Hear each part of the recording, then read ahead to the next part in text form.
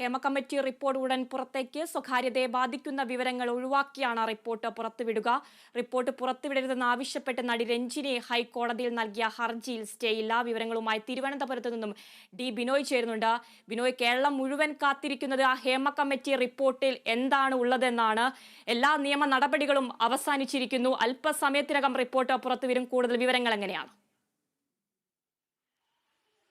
തീർച്ചയായും 2019 ഈ report Hema committee report സമർപ്പിച്ചെങ്കിലും പിന്നീട് അത് പുറത്തു വരുന്നതിന് വേണ്ടിയുള്ള കാത്തിരിപ്പ് ഏകദേശം 5 വർഷം വരെ നീണ്ടു എന്നുള്ളതായിരുന്നു ഏറ്റവും ശ്രദ്ധേയമായ കാര്യം. അവസാനം ഈ റിപ്പോർട്ട് പുറത്തുവിടുന്നതിന് വേണ്ടി വിവരാവകാശ കമ്മീഷൻ വരെ ഇടപെട്ടു. വിവരാവകാശ കമ്മീഷൻ ഇടപെട്ടുകൊണ്ട് എത്രയും വേഗം ഈ റിപ്പോർട്ട് അപേക്ഷ നൽകിയിരിക്കുന്ന എല്ലാവർക്കും നൽകണം എന്നുള്ളതായിരുന്നു. അവിടെയും ഒരു കാര്യം മുന്നോട്ട് വെച്ചിരുന്നു. കാരണം ചില ആളുകളുടെ സ്വകാര്യതയെ ഹനിക്കുന്ന തരത്തിലുള്ള ഏതെങ്കിലും പരാമർശങ്ങളോ വ്യക്തികളുടെ പേരുകളോ ഉണ്ടെങ്കിൽ അവയെല്ലാം തന്നെ ഒഴിവാക്കണം എന്ന നിർദ്ദേശവും നൽകിയിരുന്നു. ഈ റിപ്പോർട്ട് പുറത്തു വരുന്നതിനിടയിലാണ് സജിമോൻ പാറയിൽ വീണ്ടും ഹൈക്കോടതിയെ സമീപിച്ചത്. എന്നാൽ ഹൈക്കോടതി അതിനകത്ത് ഒരു എടുത്തു പറയത്തക്ക കാര്യം, റിപ്പോർട്ട് പുറത്തു വിടുന്നതിൽ പ്രശ്നങ്ങളില്ല, പക്ഷേ സ്വകാര്യതകൾ കാത്തു സൂക്ഷിക്കേണ്ട കാര്യങ്ങൾ ആ സ്വകാര്യത കാത്തു സൂക്ഷിക്കണം എന്നായിരുന്നു. എന്തായാലും അല്പസമയത്തിനുള്ളിൽ 233 പേജുള്ള റിപ്പോർട്ട് പുറത്തേക്ക് വരും. അതിനുവേണ്ടിയുള്ള കാത്തിരിപ്പാണ്. സിനിമാ മേഖലയുമായി ബന്ധപ്പെട്ട് നിൽക്കുന്ന ചില പ്രശ്നങ്ങൾ, ആ പ്രശ്നങ്ങളാണ് രണ്ട് ഭാഗങ്ങളാണ് റിപ്പോർട്ടിലുള്ളത്. ഒന്നാം ഭാഗത്തിൽ ഈ റിപ്പോർട്ടിലൂടെ നടപ്പിലാക്കേണ്ട അല്ലെങ്കിൽ സർക്കാർ നടപ്പിലാക്കേണ്ട കാര്യങ്ങൾ എന്തൊക്കെയാണ്, അതിനുള്ള പ്രശ്ന പരിഹാരങ്ങൾ എന്നുള്ളതാണ് ഒന്നാം ഭാഗത്തിൽ. രണ്ടാം ഭാഗത്തിലാണ് ഈ കമ്മീഷനുമായി ബന്ധപ്പെട്ട നടത്തിയിരിക്കുന്ന മൊഴികളും ആ മൊഴികൾ പല സിനിമാ മേഖലയുമായി ബന്ധപ്പെട്ട പലരും നൽകിയിട്ടുള്ള പരാതികളുമൊക്കെയാണ് രണ്ടാം ഭാഗത്തിലേക്ക് വരുന്നതെന്നാണ് നമുക്ക് അറിയുവാൻ കഴിയുന്നത്. അതോടൊപ്പം തന്നെ ഒരുപാട് ഓഡിയോ ക്ലിപ്പുകൾ, വീഡിയോ ക്ലിപ്പുകൾ ഉൾപ്പെടെയുള്ളവ ഈ മൊഴി നൽകിയവർ നൽകിയിട്ടുണ്ട്. അവയെല്ലാം തന്നെ അടങ്ങിയ ഏകദേശം വലിയ ഒരു റിപ്പോർട്ടായിട്ടായിരുന്നു അന്ന് ജസ്റ്റിസ് ഹേമ ഇത് സമർപ്പിച്ചത്. ഇതിനകത്ത് ഒരു ജുഡീഷ്യറി സ്വഭാവം ഇല്ല എങ്കിൽ പോലും, കമ്മിറ്റിക്ക് ഒരു ജുഡീഷ്യറി സ്വഭാവമില്ല എങ്കിൽ പോലും ഒരുപക്ഷെ ഇതുമായി ബന്ധപ്പെട്ട പ്രശ്നങ്ങൾക്ക് പരിഹാരം കണ്ടെത്തുന്നതിന് വേണ്ടി സർക്കാർ ഒരു ശ്രമം നടത്തും എന്ന് തന്നെ അന്നത്തെ മുഖ്യമന്ത്രി, അതായത് മുഖ്യമന്ത്രി പിണറായി വിജയൻ തന്നെ പറഞ്ഞിരുന്നു.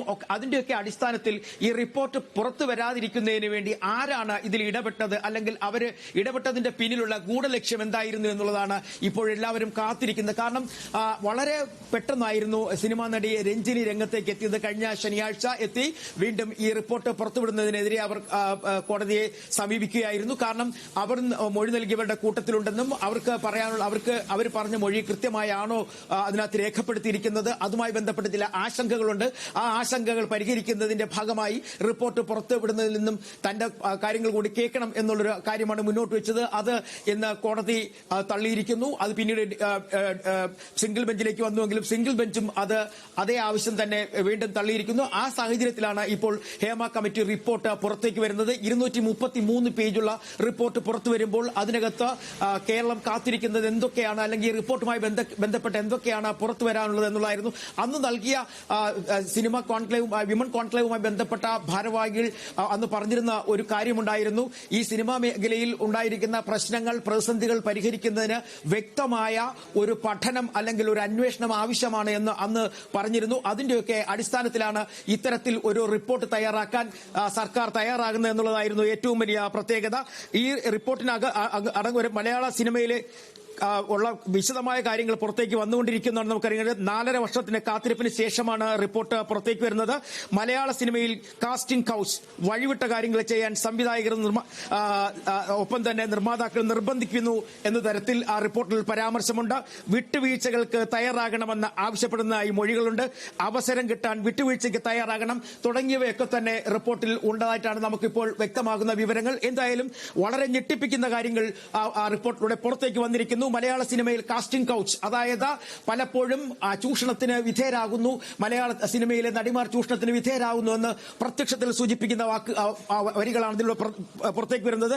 വഴിവിട്ട കാര്യങ്ങൾ ചെയ്യാൻ സംവിധായകരും നിർമ്മാതാക്കളും നിർബന്ധിക്കും എന്നുള്ള കാര്യത്തിലേക്ക്. അപ്പോൾ ഇതെല്ലാം തന്നെ സൂചിപ്പിക്കുന്നത് മലയാള സിനിമയുമായി ബന്ധപ്പെട്ട മേഖലയിൽ വലിയ തരത്തിലുള്ള ചൂഷണത്തിന് സ്ത്രീകൾ വിധേയരായിരുന്നു എന്നുള്ളതിന്റെ തെളിവുകളാണ്. ഒപ്പം വിട്ടുവീഴ്ചയ്ക്ക് തയ്യാറാകണമെന്ന് ആവശ്യപ്പെടുന്ന ചില മൊഴികളും ഉണ്ടെന്നാണ് വ്യക്തമാക്കുന്നത്. അത്തരത്തിൽ റിപ്പോർട്ടിന്റെ ഓരോ പരാമർശങ്ങളും പുറത്തേക്ക് വന്നുകൊണ്ടിരിക്കുന്നത്. അതുപോലെ തന്നെ അവസരം കിട്ടുന്നതിന് വേണ്ടി, അതായത് അന്ന് തന്നെ ഈ കമ്മിറ്റിക്ക് മുന്നിൽ ഹാജരായ പലരും ഇത്തരത്തിൽ പറഞ്ഞു. അതുപോലെ തന്നെ അവർ ഉന്നയിച്ച മറ്റ് ചില കാര്യങ്ങൾ കൂടി ഉണ്ടായിരുന്നു. പലപ്പോഴും ഒരു തുല്യനീതി ഈ ഷൂട്ടിംഗ് ലൊക്കേഷനുകളിൽ സ്ത്രീകൾക്ക് ലഭ്യമാകുന്നില്ല. ഭക്ഷണത്തിന്റെ കാര്യത്തിലായാലും പ്രാഥമിക ആവശ്യങ്ങൾ നിറവേറ്റുന്ന കാര്യത്തിലായാലും ഒക്കെ തന്നെ അവർക്ക് തുല്യനീതിയില്ല. പലപ്പോഴും ഇത്തരത്തിൽ ഇവർ തഴയപ്പെടുന്നു, അല്ലെങ്കിൽ പ്രതിഫലങ്ങൾ കുറയുന്നു എന്നൊക്കെ തരത്തിലുള്ള വലിയ തരത്തിലുള്ള ആരോപണങ്ങൾ അന്ന് വിമൻ കോൺക്ലേവും സിനിമയുമായി ബന്ധപ്പെട്ട ആ പ്രവർത്തകരും ഇത് മുന്നോട്ട് വെച്ചിരുന്നു. അതിന്റെയൊക്കെ അടിസ്ഥാനത്തിലാണ് കൂടുതൽ കാര്യങ്ങൾ ഇപ്പോൾ പുറത്ത് വന്നുകൊണ്ടിരിക്കുന്നത്. ഇത് റിപ്പോർട്ടിന്റെ ഏകദേശ രൂപങ്ങൾ മാത്രമാണ് വരുന്നത്. ഇനിയും ഏകദേശം 243 പേജുള്ള റിപ്പോർട്ടിൽ ചില ആളുകളുടെ പേര് എടുത്തു പറഞ്ഞുള്ള പരാമർശങ്ങളൊക്കെ ഉണ്ടായിരുന്നു. അതൊക്കെ നീക്കം ചെയ്തുകൊണ്ടാണ് 233 പേജ് അടങ്ങുന്ന ഈ റിപ്പോർട്ട് ഇപ്പോൾ പുറത്തേക്ക് വരുന്നത്. എന്തായാലും പ്രാഥമിക വിവരങ്ങൾ നമുക്ക് കിട്ടുന്നു. അതായത് മലയാള സിനിമയിൽ പലപ്പോഴും സ്ത്രീകൾ ചൂഷണത്തിന് വിധേയരായിരുന്നു, അല്ലെങ്കിൽ അത്തരത്തിൽ ചില വിട്ടുവീഴ്ചകൾക്ക് അവർക്ക് തയ്യാറാകുവാൻ നിർമ്മാതാക്കളും സംവിധായകരും നിർദ്ദേശിക്കുന്ന തരത്തിലേക്കുള്ള കാര്യങ്ങളൊക്കെ ഈ റിപ്പോർട്ടിൽ അടങ്ങിയിരിക്കുന്നുണ്ടുള്ള വിവരങ്ങളാണ് നമുക്ക് പുറത്തേക്ക് ലഭ്യമാകുന്നത്. എന്തായാലും ഇനിയും കൂടുതൽ വിവരങ്ങൾ പുറത്തേക്ക് വരാൻ സാധ്യതയുണ്ട്. അതുപോലെ തന്നെ ഈ സിനിമാ ഫീൽഡുമായി ബന്ധപ്പെട്ട നടിമാർക്ക് ചില കോഡുകൾ, അല്ലെങ്കിൽ മേഖലയുമായി ബന്ധപ്പെട്ട് പ്രവർത്തിക്കുന്ന ചില ആളുകൾക്ക് ചില കോഡുകൾ ഉൾപ്പെടുത്തിയിരുന്നു. അപ്പോൾ വിട്ടുവീഴ്ച തയ്യാറാകുന്നവർ അറിയപ്പെടുന്ന കോഡ് എന്ന പേരിൽ ഒരു ചില പേരിലൊക്കെ ഇവരെ അറിയപ്പെട്ടിരുന്നു. ഇത്തരത്തിൽ മലയാള സിനിമയിൽ ഉണ്ടായിരുന്ന വളരെ ഒരിക്കൽ പോലും പ്രതീക്ഷിക്കാൻ കഴിയാത്ത, നമുക്ക് ഒരിക്കൽ പോലും വിശ്വസിക്കാൻ കഴിയാത്ത തരത്തിലുള്ള ചൂഷണങ്ങൾ നടന്നിരുന്നു എന്നാണ് റിപ്പോർട്ടിന്റെ ആദ്യ ഭാഗങ്ങളിൽ നമുക്ക് മനസ്സിലാക്കാൻ കഴിയുന്നത്. ഇനിയും കൂടുതൽ വിവരങ്ങൾ പുറത്തേക്ക് വരാനുണ്ട്.